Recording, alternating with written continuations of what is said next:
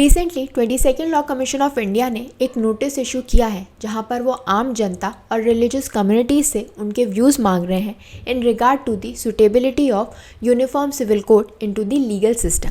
अब ये जो यूनिफॉर्म सिविल कोड है जिसे हम यूसीसी भी कहते हैं वो एक्चुअली में है क्या, वो अब हम समझ लेते हैं।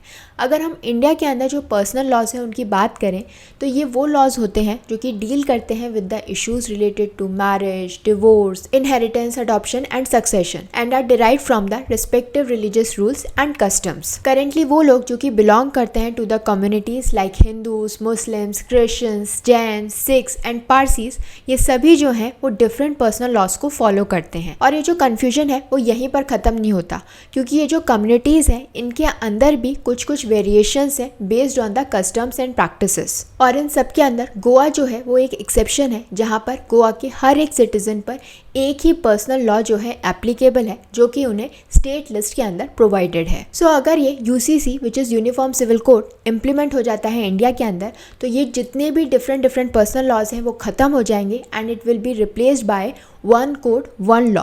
और ये सभी पे एप्लीकेबल होगा, इंडिया के हर एक सिटीजन पे एप्लीकेबल होगा इररिस्पेक्टिव ऑफ देयर रिलीजन। इस समय जो यूसीसी है which is uniform civil code वो हमें अवेलेबल है under the Indian constitution under article 44, जो कि ये कहता है that the state shall endeavour to secure a uniform civil code for the citizens throughout the territory of India. यानी ये पावर दे रहा है कि इंडिया के अंदर एक ऐसा लॉ बनाया जाए, एक ऐसा कोड बनाया जाए जो इंडिया के हर एक सिटीजन पे एप्लीकेबल हो through out the territory of India. लेकिन क्योंकि इंडिया के अंदर काफ़ी सारे डिफरेंट रिलीजन्स हैं और उस हर रिलीजन की अपनी अलग प्रैक्टिसेस और कस्टम्स हैं, तो उस समय जब ये कॉन्स्टिट्यूशन बन रहा था तो मेकर्स को लगा कि शायद अभी इंडिया रेडी नहीं है कि ये सारे जो डाइवर्स लॉज हैं उन्हें स्क्रैप कर दिया जाए और एक यूनिफॉर्म सिविल कोड लाया जाए। और इसलिए उन्होंने डिसाइड किया कि इस यूनिफॉर्म सिविल कोड को तभी अडॉप्ट किया जाए जब पूरी कम्युनिटी, पूरी सोसाइटी जो है उसे मन से जो है अडॉप्ट करे and there is communal harmony. एक चीज़ मैं आपको क्लियर कर दूं कि करेंटली यूनिफॉर्म सिविल कोड के रिगार्ड में इंडिया के अंदर इस समय ना तो कोई लॉ है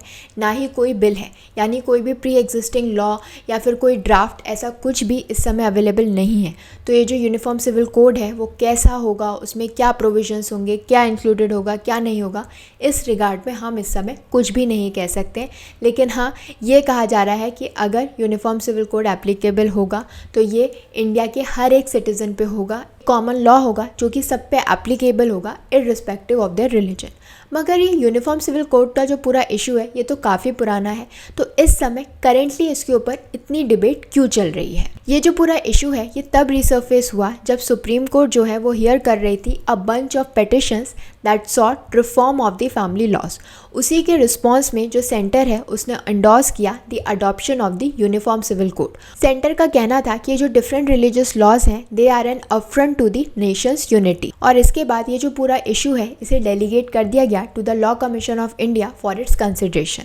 और फिर 2018 के अंदर जो 21st लॉ कमीशन था उसके अंदर उनका जो कंसल्टेशन पेपर था on the reform of family law, उसमें ये कहा गया था कि जो यूनिफॉर्म सिविल कोड है उस टाइम पर इंडिया के अंदर ना तो ज़रूरी था ना ही डिज़ायरेबल था। और इस पेपर के अंदर सपोर्ट किया गया था the idea of reforms within the religious laws ताकि उन्हें जेंडर जस्ट बनाया जा सके and to protect the religious and cultural diversity of India. लेकिन 22nd लॉ कमीशन ने इस पूरे इशू को री इनिशिएट किया, वापस से देखा, क्योंकि उन्होंने देखा कि सुप्रीम कोर्ट के पास काफ़ी सारी पिटीशन फाइल की गई थी जहां पर इस तरीके के इश्यूज जो हैं वो सामने आ रहे थे।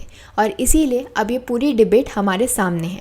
इनफैक्ट जो 22nd लॉ कमीशन है वो व्यूज़ मांग रहा है आम जनता से, जो रिलीजियस कम्युनिटीज़ हैं उनसे, कि वो अपने व्यूज़ दें कि कैसे हम इसे इम्प्लीमेंट कर सकें, क्या क्या प्रॉब्लम्स आ सकती हैं, कैसे उन प्रॉब्लम्स को दूर किया जा सकता है। सो अगर आप भी अपना व्यू इस रिगार्ड में देना चाहते हैं तो लॉ कमीशन ने एक कंसल्टेशन ओपन किया है to the views of any Indian citizen including individuals and organisations. इस नोटिस को 14 जून को इशू किया गया था और कमीशन ने अर्ज किया है उन लोगों से जो कि इंटरेस्टेड हैं इस रिगार्ड में कि वो अपने व्यूज़ सबमिट करें to the commission within 30 days. यानी 14 जुलाई तक आप अपने व्यूज़ जो हैं वो कमीशन को दे सकते हैं।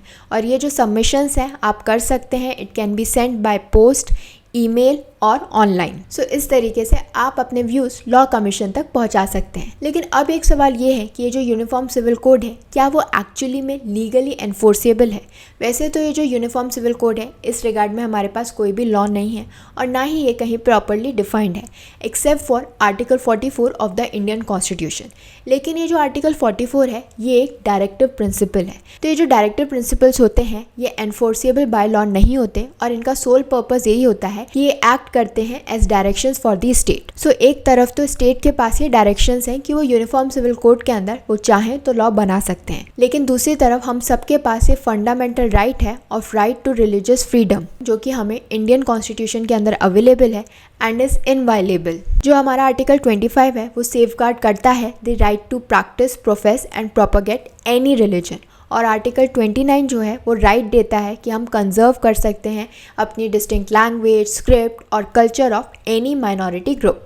लेकिन अब लॉ कमीशन के सामने ये चैलेंज है कि कैसे वो इस यूनिफॉर्म सिविल कोड को ड्राफ्ट करें जहाँ पर जो इंडिया के डिफरेंट रिलीजन्स हैं, उनकी अलग प्रैक्टिसेस हैं, कस्टम्स हैं, कैसे वो सबके इंटरेस्ट को, कल्चर को बैलेंस कर पाएंगे to amalgamate the religious laws in India. So I hope कि अब आपको समझ में आ गया है कि यूनिफॉर्म सिविल कोड क्या है, इसकी क्या ज़रूरत है और कैसे आप इस रिगार्ड में अपने व्यूज़ जो हैं वो लॉ कमीशन तक पहुंचा सकते हैं।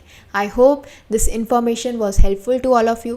Thank you for watching the video. Don't forget to follow Nyaay and do join us again for more of India's laws explain.